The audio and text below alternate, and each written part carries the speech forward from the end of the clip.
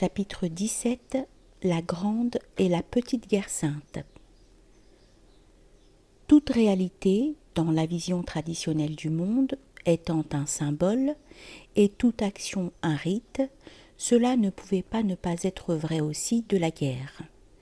C'est ainsi que, traditionnellement, la guerre put revêtir un caractère sacré, et la guerre sainte se confondre avec la voix de Dieu.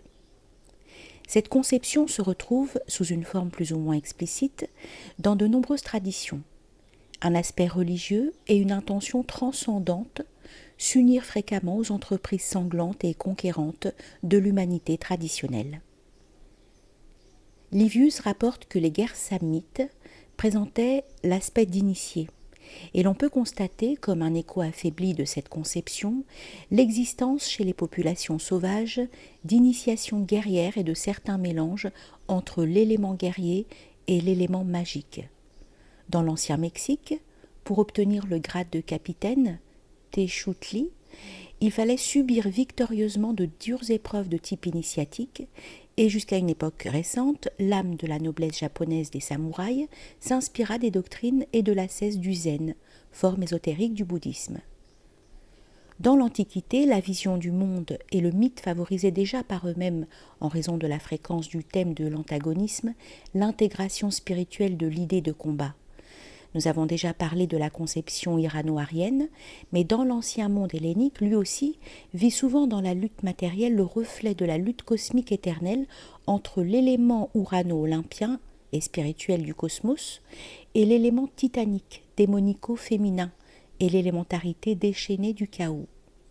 Cette interprétation apparut surtout là où la guerre s'associa à l'idée d'empire, en raison de la signification transcendante qui, nous l'avons vu, s'attachait à cette idée et la transformait en une idée-force d'une particulière intensité.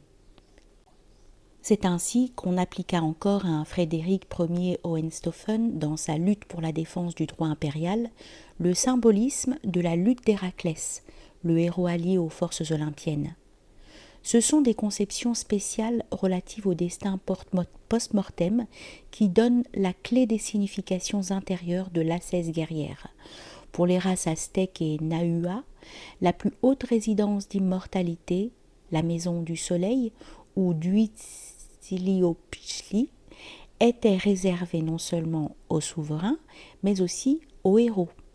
On ne concevait en général pour les autres qu'une lente extinction dans une résidence analogue à l'Hadès hellénique.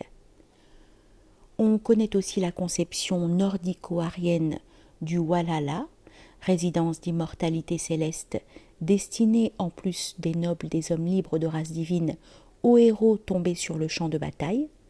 Cette résidence qui, comme Glittingeborg, la montagne resplendissante, ou Mingeborg, la montagne céleste, la très haute montagne divine au sommet de laquelle brille, au-delà des nuages, une clarté éternelle, se relie au symbolisme de l'altitude et se confond souvent avec le mont Asgard lui-même, résidence des As, située dans la terre du milieu, Midgard.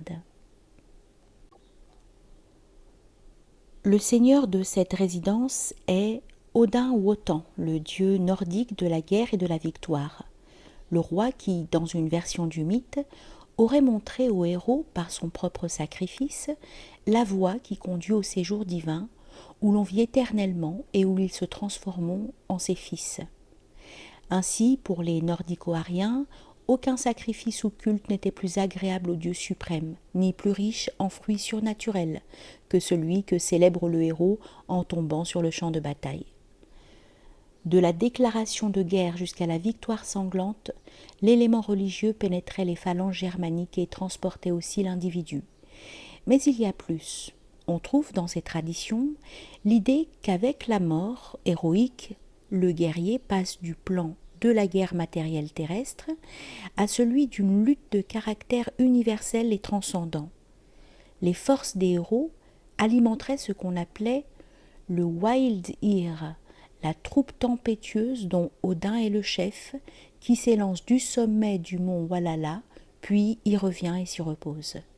Mais dans les formes supérieures de cette tradition, la troupe des héros recueillis par les Walkyries pour Odin sur les champs de bataille, avec laquelle se confond finalement le Wælsir, est la phalange dont le dieu a besoin pour combattre contre le Ragnarök, le destin d'obscurcissement du divin, qui pèse sur le monde depuis des âges lointains, le Kali Yuga ou âge sombre de la tradition hindoue, étant précisé que quel que soit le nombre des héros rassemblés dans le Walhalla, ils seront toujours peu nombreux quand viendra le loup. Telle est la conception générale de l'intégration de la guerre dans la guerre sainte. Voici maintenant quelques points de vue plus spéciaux propres à d'autres traditions. Dans la tradition islamique, on distingue deux guerres saintes, la grande guerre sainte, el-Jihad akbar, et la petite guerre sainte, el-Jihad asrar, conformément à une parole du prophète, paix et bénédiction de Dieu sur lui, qui, de retour d'une expédition guerrière, déclara « Nous voici revenus de la petite guerre à la grande guerre sainte ».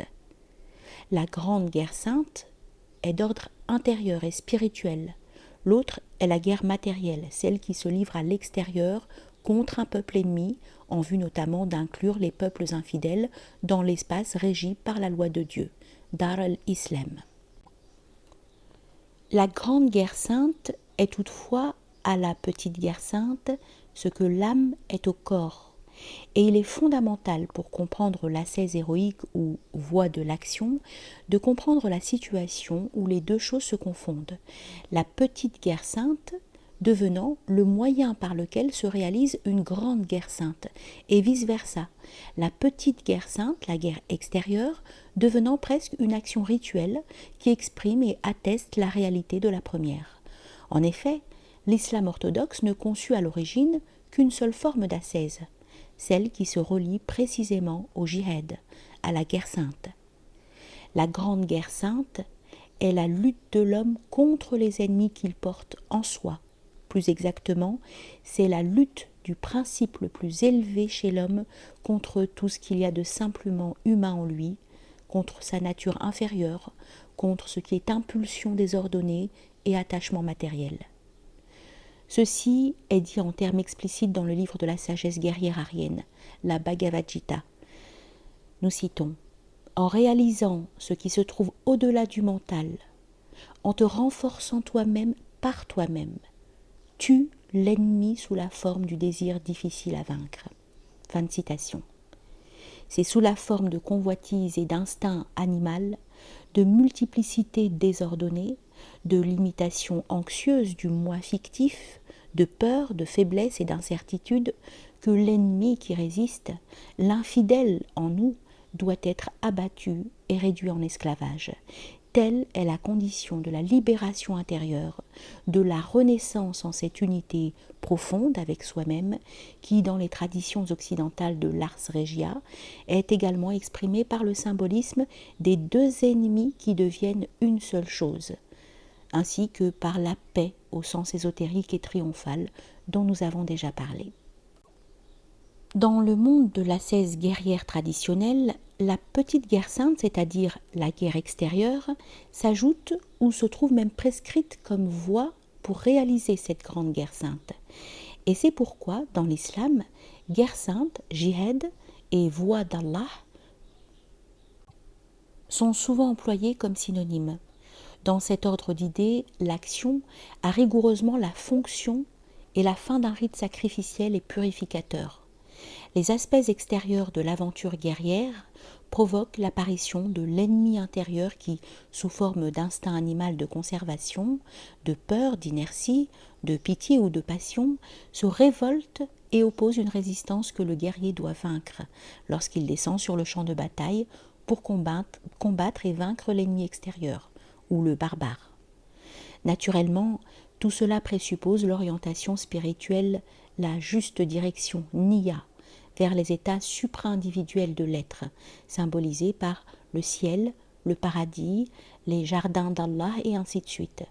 Autrement, la guerre perd son caractère sacré et se dégrade en une aventure sauvage où l'exaltation se substitue à l'héroïsme vrai et où dominent les impulsions déchaînées de l'animal humain. Ainsi, il est écrit dans le Coran: ils combattent sur le chemin de Dieu, c'est-à-dire dans la guerre sainte, jihad, ceux qui sacrifient la vie terrestre à la vie future. Car à celui qui combattra sur le chemin de Dieu et sera tué ou bien victorieux, nous donnerons une grande récompense. Les règles prescrites: combattez sur le chemin de Dieu ceux qui vous feront la guerre. Tuez-les partout où vous les trouverez et chassez-les. Ne vous montrez pas faibles, ne proposez pas la paix. Quand vous rencontrerez ceux qui ne croient pas, abattez-les jusqu'à ce que vous en fassiez un grand carnage, entraînant ensuite les autres dans des fers solides. Tout cela présuppose que la vie terrestre n'est qu'un jeu et un divertissement, et que celui qui se montre avare ne se montre avare qu'envers lui-même. Maxime qu'il faut interpréter de la même manière que la maxime évangélique: celui qui veut sauver sa vie la perdra, mais celui qui la donnera la rendra vraiment vivante. Un autre passage du Coran le confirme: ô vous qui croyez, quand on vous a dit partez en campagne pour la guerre sainte, qu'avez-vous à rester stupidement cloué sur place? Préférez-vous la vie de ce monde à la vie future? Attendez-vous de nous autre chose que les deux choses suprêmes, la victoire ou le sacrifice? Cet autre passage est important aussi. La guerre vous a été prescrite bien qu'elle vous déplaise, mais quelque chose peut vous déplaire qui est un bien pour vous, et ce qui est un mal pour vous peut vous plaire. Dieu sait, tandis que vous, vous ne savez pas. Il faut le rapprocher de cet autre. Ils préfèrent se trouver parmi ceux qui restèrent. Une marque est gravée dans leur cœur, si bien qu'ils ne comprennent pas. Mais le prophète et ceux qui croient avec lui combattent avec ce qu'ils ont et avec leur personne même. Ce sont eux qui recevront, et ce sont eux qui prospéreront. Dieu a préparé pour eux les jardins sous lesquels coulent des fleuves, et où ils resteront éternellement. Telle est la grande félicité. Ce lieu de réconfort, le paradis, sert de symbole à des états supra-individuels de l'être, dont la réalisation n'est pourtant pas nécessairement retardée jusqu'après la mort, comme dans le cas auquel se réfère au contraire particulièrement ce passage. La réalisation de ceux qui sont tués sur la voie de Dieu ne sera pas perdue. Dieu les dirigera et préparera leur âme. Il les fera ensuite entrer dans le paradis qu'il leur a révélé. Dans ce cas, où il s'agit d'une véritable mort sur le champ de bataille, on a donc l'équivalent de la mors triomphalis, dont on parle dans les traditions classiques. Celui qui, dans la petite guerre, a vécu la grande guerre sainte, a éveillé une force qui lui fera surmonter la crise de la mort et, après l'avoir libéré de l'ennemi et de l'infidèle, le fera échapper au destin de l'Hadès. C'est pourquoi l'on verra dans l'Antiquité classique l'espérance du défunt et la piété des parents placées souvent sur les urnes funéraires des images de héros et de vainqueurs. Mais même pendant la vie, on peut avoir traversé la mort et avoir vaincu. On peut avoir atteint ce qui est au-delà de la vie et être monté au royaume céleste. À la formulation islamique de la doctrine héroïque correspond celle de la Bhagavad Gita déjà citée, où les mêmes significations se retrouvent à un état plus pur. Et il n'est pas sans intérêt de remarquer que la doctrine de la libération par l'action pure, exposée dans ce texte, est déclarée d'origine solaire et aurait été directement communiquée par le fondateur du cycle actuel, non aux prêtres ou brahmanas, mais à des dynasties de rois sacrés. La piété qui empêche le guerrier Arjuna de descendre dans le champ de bataille pour lutter contre les ennemis, parce qu'il reconnaît parmi eux ses parents et ses maîtres, est qualifiée dans la Bhagavad Gita de lâcheté indigne d'un homme bien né, ignominieuse, qui éloigne du ciel. La promesse est la même. Tué, tu gagneras le paradis. Victorieux, tu posséderas la terre. Lève-toi donc, résolu à combattre. L'orientation intérieure ou direction, la niya islamique, capable de transformer la petite guerre en grande guerre sainte, est clairement exprimée. En me dédiant toutes tes œuvres, dit le dieu Krishna, ton esprit fixé dans l'état suprême du moi, libre de toute idée de possession, libre de toute fièvre, combat. C'est en termes non moins clairs que l'on parle de la pureté de cette action, qui doit être voulue pour elle-même. En considérant comme égaux le plaisir et la douleur, le gain et la perte, la victoire et la défaite, prépare-toi à la bataille. Ainsi, tu ne commettras pas de faute, c'est-à-dire tu ne dévieras en rien de la direction surnaturelle en accomplissant ton dharma de guerrier. La relation entre la guerre et la voie de Dieu est affirmée elle aussi dans la Bhagavad Gita, qui en souligne l'aspect métaphysique. Le guerrier reproduit d'une certaine manière la transcendance de la divinité.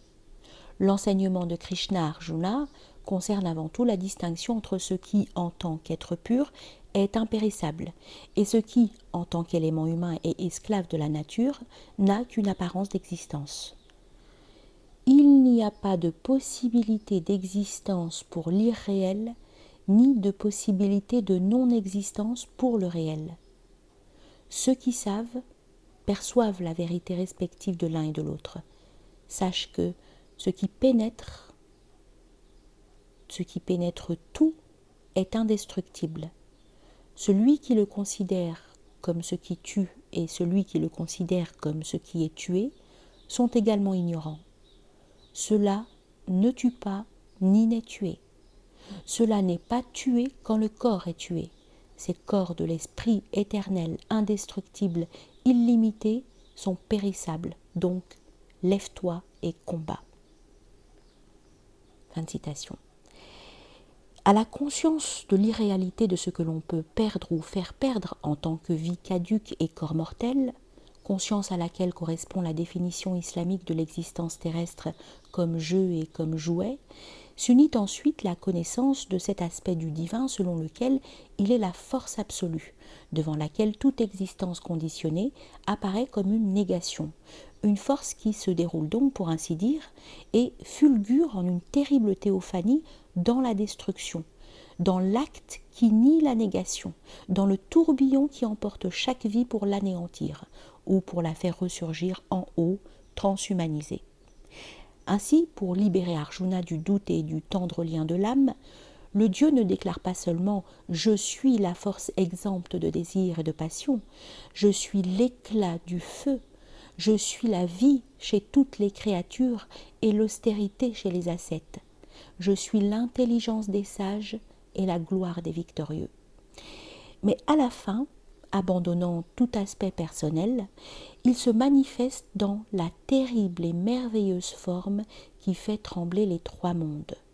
Haute comme les cieux, rayonnante, multicolore, avec une bouche béante et de grands yeux flamboyants, les êtres finis comme des lampes sous une lumière trop intense, comme des circuits sous l'effet d'un potentiel trop élevé, cèdent, se rompent, trépassent parce que dans leur sein brûle une puissance qui transcende leur forme, qui veut quelque chose d'infiniment plus vaste que tout ce qu'ils peuvent vouloir en tant qu'individus. C'est pourquoi les êtres finis deviennent, se transmuant et passant du manifesté dans le non manifesté, du corporel dans l'incorporel. C'est sur cette base que se définit la force capable de produire la réalisation héroïque. Les valeurs se retournent. La mort devient un témoignage de vie. La puissance destructrice du temps rend manifeste l'indomptable nature cachée dans ce qui est assujetti au temps et à la mort. D'où l'essence de ces paroles d'Arjuna, à l'instant où il a la vision de la divinité comme pure transcendance. Ouvrez les guillemets.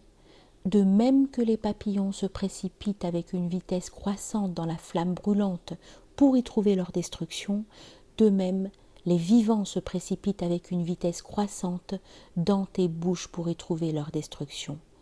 De même que les innombrables cours d'eau ne coulent directement que vers l'océan, de même ces héros du monde mortel entrent dans tes bouches brûlantes.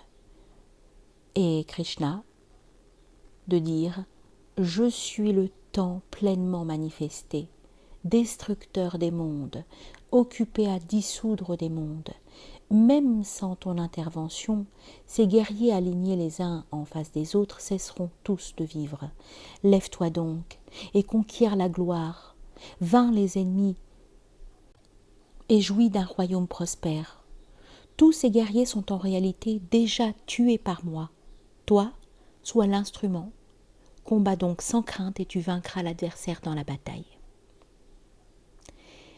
Ainsi, nous retrouvons l'identification de la guerre à la voix de Dieu. Le guerrier évoque en soi la force transcendante de destruction, l'assume, se transfigure en elle et se libère, rompant le lien humain. La vie, un arc, l'âme, un dard, la cible à transpercer, l'esprit suprême.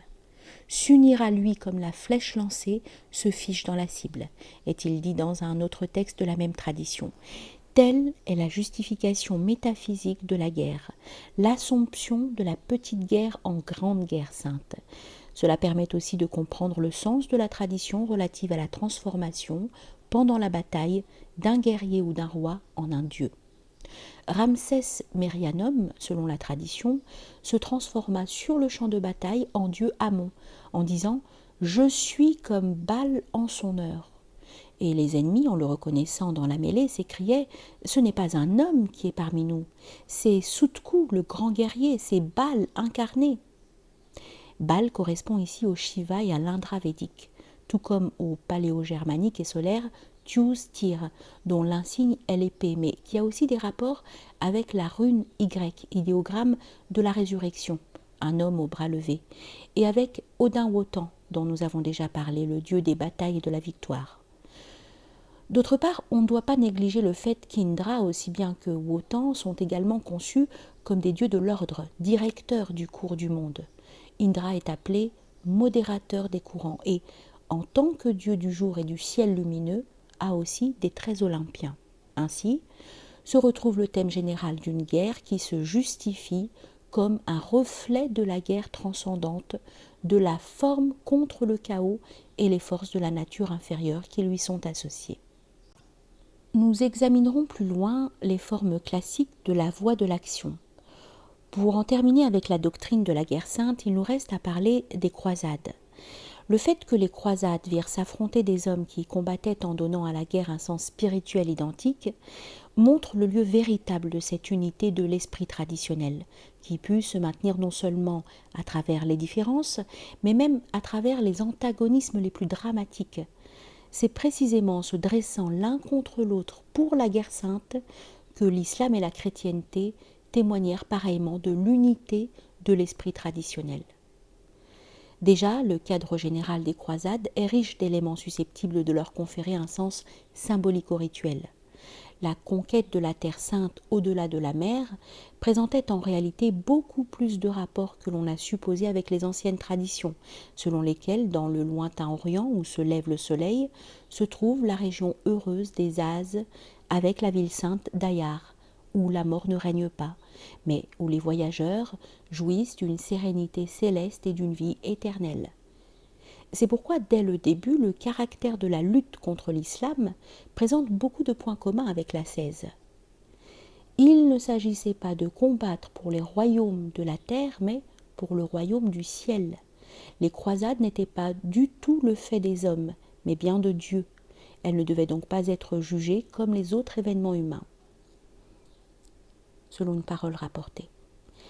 La guerre sainte était considérée à cette époque comme une guerre toute spirituelle. Et pour employer l'expression d'un chroniqueur du temps comme un baptême qui est presque le feu du purgatoire avant la mort. Ceux qui mouraient dans les croisades étaient comparés par les papes et les prédicateurs à de l'or 3 fois éprouvé et 7 fois purifié dans le feu, de façon à trouver grâce auprès du Seigneur suprême. N'oubliez jamais cet oracle, écrivait saint Bernard dans De l'Ode Novae Militae. Soit que nous vivions, soit que nous mourions, nous appartenons au Seigneur. Quelle gloire pour vous de ne jamais sortir de la mêlée, sinon couvert de lauriers. Mais est-il une gloire plus grande que de gagner sur le champ de bataille une couronne immortelle ? Ô condition fortunée, où l'on peut attendre la mort sans crainte, la désirer avec impatience et la recevoir d'une âme ferme.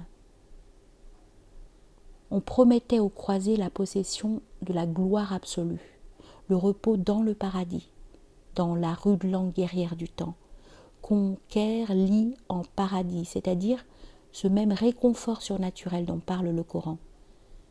Sous ce rapport, Jérusalem, but de la conquête des croisés, se présentait sous le double aspect d'une cité terrestre et d'une cité céleste, et la croisade devenait l'équivalent, sur le plan de la tradition héroïque, du rite d'un pèlerinage et de la passion d'une via crucis. D'ailleurs, les membres des ordres qui apportèrent la plus grande contribution aux croisades, par exemple les chevaliers du Temple et de Saint-Jean, étaient des hommes qui, de même que le moine ou l'ascète chrétien, avaient appris à mépriser la vanité de cette vie. Dans ces ordres se retiraient les guerriers qui étaient las du monde et qui avaient tout vu et tout goûté, au point d'orienter désormais leur esprit vers quelque chose de plus élevé. L'enseignement selon lequel vita et militia super terram pouvait se réaliser en eux d'une façon intégrale, intérieure et extérieure. C'est avec les prières qu'ils s'apprêtaient à combattre et s'élançaient contre l'ennemi. La trompette était leur matine, leur cilice, leurs armures rarement ôtées, les forteresses devinrent leurs monastères, et les trophées pris aux infidèles leur tinrent lieu de reliques et d'images de saints. Telle était l'ascèse qui préparait cette réalisation spirituelle, non sans rapport avec l'aspect secret de la chevalerie dont nous avons déjà parlé. Ce furent les revers militaires subis par les croisades, cause tout d'abord de surprise et de perplexité, qui servirent ensuite à les purifier de tout résidu de matérialité et à faire converger les regards de l'extérieur vers l'intérieur, du temporel vers le spirituel. En comparant le sort infortuné d'une croisade à celui de la vertu malheureuse, qui n'est jugée et récompensée que sur le plan d'une autre vie, on arrivait en effet à affirmer quelque chose de supérieur aussi bien à la victoire qu'à la défaite, à concentrer toutes les valeurs sur l'aspect rituel et sacrificiel de l'action en soi, accomplie, indépendamment des résultats terrestres visibles, comme une offrande en vue d'obtenir de l'holocauste de l'élément humain la gloire absolue immortalisante. On retrouve ainsi dans les croisades des conceptions fondamentales que nous avons déjà indiquées en vous référant aux traductions qui connurent des maximes telles que « le paradis est à l'ombre des épées » ou encore « le sang des héros est plus près de Dieu que l'encre des philosophes et les prières des dévots ». Et dans la conception du séjour d'immortalité comme île des héros ou Walhalla, cour des héros, on retrouve le même esprit qui animait le dualisme guerrier mazdéen et selon lequel les adeptes de Mitra assimilèrent l'exercice de leur culte à la profession des armes. Les néophytes juraient selon un serment, sacramentum, semblable à celui qui était requis dans l'armée et, devenus initiés, faisaient partie de la milice sacrée du dieu de lumière. À propos des croisades, il faut signaler d'autre part, car elles s'y manifestent avec un relief caractéristique, la réalisation de l'universalité et de la supranationalité à travers l'ascèse de l'action. Les princes et les chefs de chaque pays s'unirent dans cette entreprise unique et sacrée, par-delà tous leurs intérêts particuliers et toutes les divisions politiques, en une solidarité européenne conforme à l'idéal œcuménique du Saint-Empire romain. La force principale des croisades fut d'ailleurs fournie par la chevalerie qui, ainsi que nous l'avons déjà relevé, était une institution supranationale, dont les membres n'avaient pas de patrie, et allaient partout où ils pouvaient combattre pour ces principes auxquels ils avaient juré une fidélité inconditionnelle. Urbain II s'adressa précisément à la chevalerie comme à la communauté de ceux qui, en accourant partout où éclatait une guerre afin d'y porter la terreur de leurs âmes pour la défense de l'honneur et de la justice, devaient, à plus forte raison, entendre l'appel de la guerre sainte. Il eut donc, même de ce point de vue, une convergence entre l'extérieur et l'intérieur. La guerre sainte offrait à l'individu l'expérience de l'action désindividualisée, mais en même temps, l'union consécutive des guerriers sur un plan supérieur à celui de la race, des intérêts nationaux, des divisions territoriales et politiques, exprimait extérieurement aussi le dépassement du particulier, déjà propre à l'idéal du Saint-Empire romain. En réalité, si l'universalité liée à l'ascèse de la pure autorité spirituelle est la condition d'une unité traditionnelle de caractère invisible, subsistant au-dessus de toute division politique dans le corps d'une civilisation unique, inspirée du cosmique, de l'éternel, de ce par rapport à quoi tout ce qui est pathos et tendance des hommes disparaît, et qui, dans le domaine de l'esprit, présente les mêmes caractères de pureté et de puissance que les grandes forces de la nature. Quant à cette universalité, s'ajoute l'universalité comme action, alors on atteint l'idéal suprême de l'Empire, celui dont l'unité est visible en même temps qu'invisible, matérielle et politique, en même temps que spirituelle. C'est précisément l'ascèse héroïque, l'indomptabilité de la vocation guerrière, renforcée par la direction surnaturelle qui en est l'instrument. Afin qu'à l'extérieur, dans le corps composé de nombreux peuples organisés et unifiés par une seule grande race conquérante, se reflète analogiquement l'unité même de l'intérieur. Celui qui aime les contrastes, même en ce qui concerne la guerre, n'aurait qu'à considérer ce à quoi nous a réduit la civilisation moderne, en passant par le degré, encore empreint de noblesse, du guerrier qui combat pour l'honneur et le droit de son prince. On arrive avec le type du simple soldat, à la disparition de tout élément transcendant ou même simplement religieux dans la notion de combat. Se battre pour la voix de Dieu est apparu comme une manifestation de fanatisme médiéval et comme une chose fort sainte, au contraire, de se battre pour les idéaux patriotiques et nationaux et autres mythes qui devaient pourtant, à l'époque contemporaine, jeter leur masque et apparaître comme les instruments de force irrationnelle, matérialiste et destructive. Ainsi, on a pu s'apercevoir peu à peu que là où l'on parlait romantiquement de patrie, on pensait souvent à des plans d'annexion ou d'oppression et aux intérêts d'une industrie monopolistique. On a pu s'apercevoir que les discours sur l'héroïsme étaient prononcés surtout par ceux qui accompagnaient les autres à la gare, les autres qui partaient pour vivre la guerre comme une chose tout à fait différente, comme une crise dont le résultat a été presque toujours non pas la véritable transfiguration héroïque de la personnalité, mais la régression de l'individu au plan des instincts sauvages, des réflexes, des réactions éloignées de l'humain du fait qu'elles se situent non au-dessus, mais au-dessous de lui. L'époque des nationalismes a connu un digne succédané des deux grands sommets traditionnels que sont l'universalité de l'autorité spirituelle et l'universalité héroïque. Il s'agit de l'impérialisme. Alors que, même dans une société primitive, on juge répréhensible l'acte de celui qui, du seul fait qu'il les désire ou en a besoin, s'empare par la violence des biens d'autrui, un comportement de ce genre dans les rapports entre nations modernes a paru chose naturelle et légitime, a consacré l'idée du combat et a servi de base à l'idéal impérialiste. Une nation pauvre ou sans espace, a-t-on pensé, a absolument le droit, sinon même le devoir de mettre la main sur les biens et sur les terres d'autres peuples.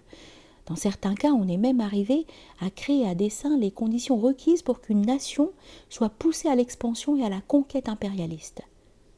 Un exemple typique à cet égard a été celui de la politique démographique obéissant au mot d'ordre « le nombre est la puissance ». Un autre exemple, beaucoup plus répandu et d'un niveau encore plus bas parce qu'il est exclusivement contrôlé par le facteur économico-financier, est celui de la surproduction. Une fois parvenu à la surproduction et à la condition de nation qui démographiquement ou industriellement n'ont pas d'espace, un débouché s'impose, et là où la guerre indirecte et les menées diplomatiques ne suffisent pas, on passe à des actions militaires qui ont, à nos yeux, une signification infiniment plus basse que celle que purent avoir les invasions barbares. Ce genre de bouleversement a atteint au cours des derniers temps des proportions mondiales sous le couvert de la rhétorique la plus hypocrite. On a mobilisé les grandes idées d'humanité, de démocratie, de liberté des peuples, alors que d'une part, sur le plan extérieur, on a dépassé l'idée non seulement de guerre sacrée, mais de guerre en général, telle que des gens d'honneur pouvaient la concevoir, et fait descendre l'idéal héroïque au niveau policier, les nouvelles croisades n'ayant pas su trouver de meilleure bannière que celle d'une action contre l'agresseur, et que d'autre part, sur le plan intérieur, au-delà des fumées de cette rhétorique, la seule force déterminante a été la volonté de puissance brutale et cynique d'obscures forces capitalistes et collectivistes internationales. En même temps, la science, entre guillemets, a conduit à une extrême mécanisation et technification de l'aventure guerrière. Si bien qu'aujourd'hui, ce n'est pas l'homme qui combat contre l'homme, mais la machine. À la limite, en dehors de la guerre aérienne totale, des armes atomiques et chimiques, on a recours à des systèmes rationnels d'extermination en masse, sans lumière et inexorables, systèmes qui ne pouvaient être antérieurement conçus que pour anéantir des microbes ou des insectes. Que des millions et des millions d'hommes, arrachés en masse à des occupations et à des vocations tout à fait étrangères à celles du guerrier, soient littéralement devenus, selon le jargon technique militaire, du matériel humain, et meurent dans de semblables aventures. C'est bien là, assurément, une chose sainte et digne du niveau actuellement atteint par le progrès de la civilisation, entre guillemets. Celui qui jugerait selon les valeurs de l'autre rive n'arriverait pas, dans la plupart des cas, à avoir grand-chose de plus dans le sang qui coule sur les champs de bataille modernes que l'engrais dont la terre a besoin.